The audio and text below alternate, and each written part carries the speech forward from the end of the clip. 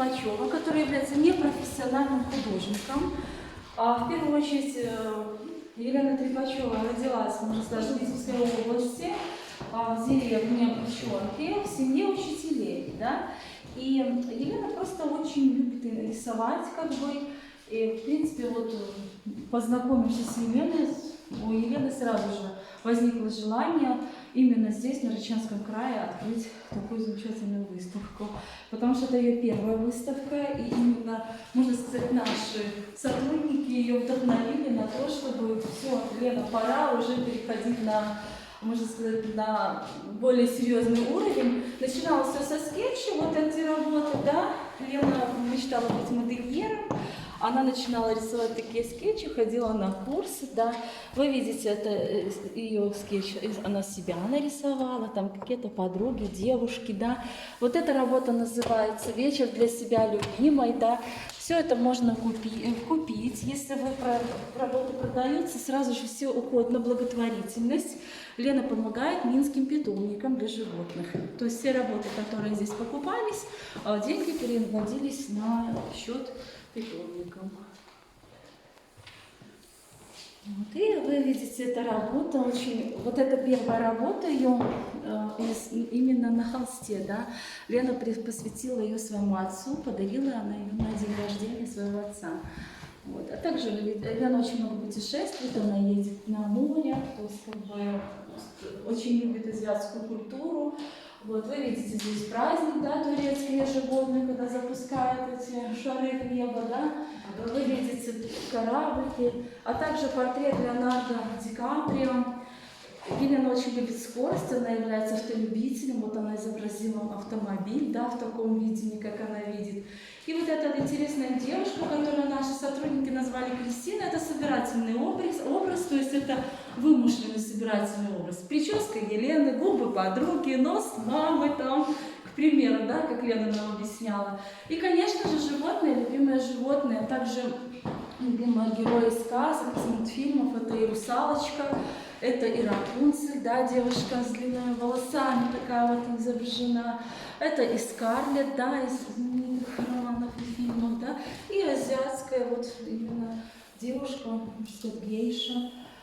Здесь уже видно, что Елена как бы себя хочет продемонстрировать как в технике импрессионизма, то есть вот она уже какие-то такие работы интересные. Ну и, конечно, вот такая иллюзия, то есть как бы абстракция, которую люди, в принципе, сами, как бы я вижу здесь девушку садовника, да, которая закрылась в цветах, то есть она живет этими цветами, ее внешности не видно, да, то есть человек живет цветами. Я могу сказать, что я тоже очень люблю цветы, я их изучаю, да, поэтому где-то я себя отчасти вижу в этой девушке. Интересно. Ваш портрет. Вот эта работа, да, чтобы вы понимали, многие говорят, ой, какая красивая речка. Нет, это не река, это на самом деле сад, волшебный сад над небом, то есть над облаками. То есть то, что внизу, это небо считается. Вот. И лаванда, вы, наверное, в курсе, что лаванда является магическим цветком, она обладает неестественной силой, поэтому сейчас очень модно среди художников писать именно об этом цветке и именно создавать работы, картины именно лаванды. И выставка называется «Путь в тысячи лет начинается с первого шага». Да? То есть это, опять же, азиатская культура, азиатские цитаты, высказывания. Этот зал был создан специально для людей, которые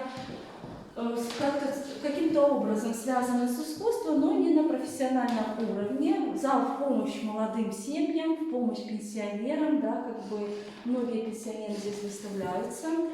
Вот, и работы, которые продавались в этом зале, да, то есть как бы после выставки обязательно приходили люди к художнику и покупали работы, да, то есть как-то люди используют в своих целях, то есть покупали лекарства, медицинские какие-то по назначению, которые в принципе за одну пенсию не купить.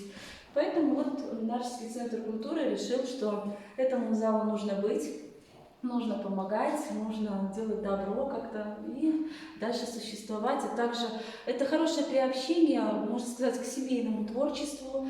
То есть люди как-то вдохновляются, как-то, вот я рассказывала историю, да, когда мужчина потерял собственную супругу, очень переживал по этому поводу, можно сказать, был недалек к тому, чтобы оказаться рядом с ней, да. Но из этого психологического транса мы помогли ему выйти, благодаря тому, что именно вот вдохновили его на то, что именно в памяти супруги он должен обязательно написать несколько работ, несколько картин, и будет выставка. У нас была и газета наша местная, да, «Нарочанская заря», которая написала очень много об этой выставке. И человек вдохновился, он начал жить этим пространством, да, и, можно сказать, стал уже более такой здоровый, более веселый, бодрый, да, то есть вот мы помогли, можно сказать, выйти ему из этого вот психологического транса. Вот. Хорошо. Спасибо большое, столько прекрасных у вас идей, просто невероятно.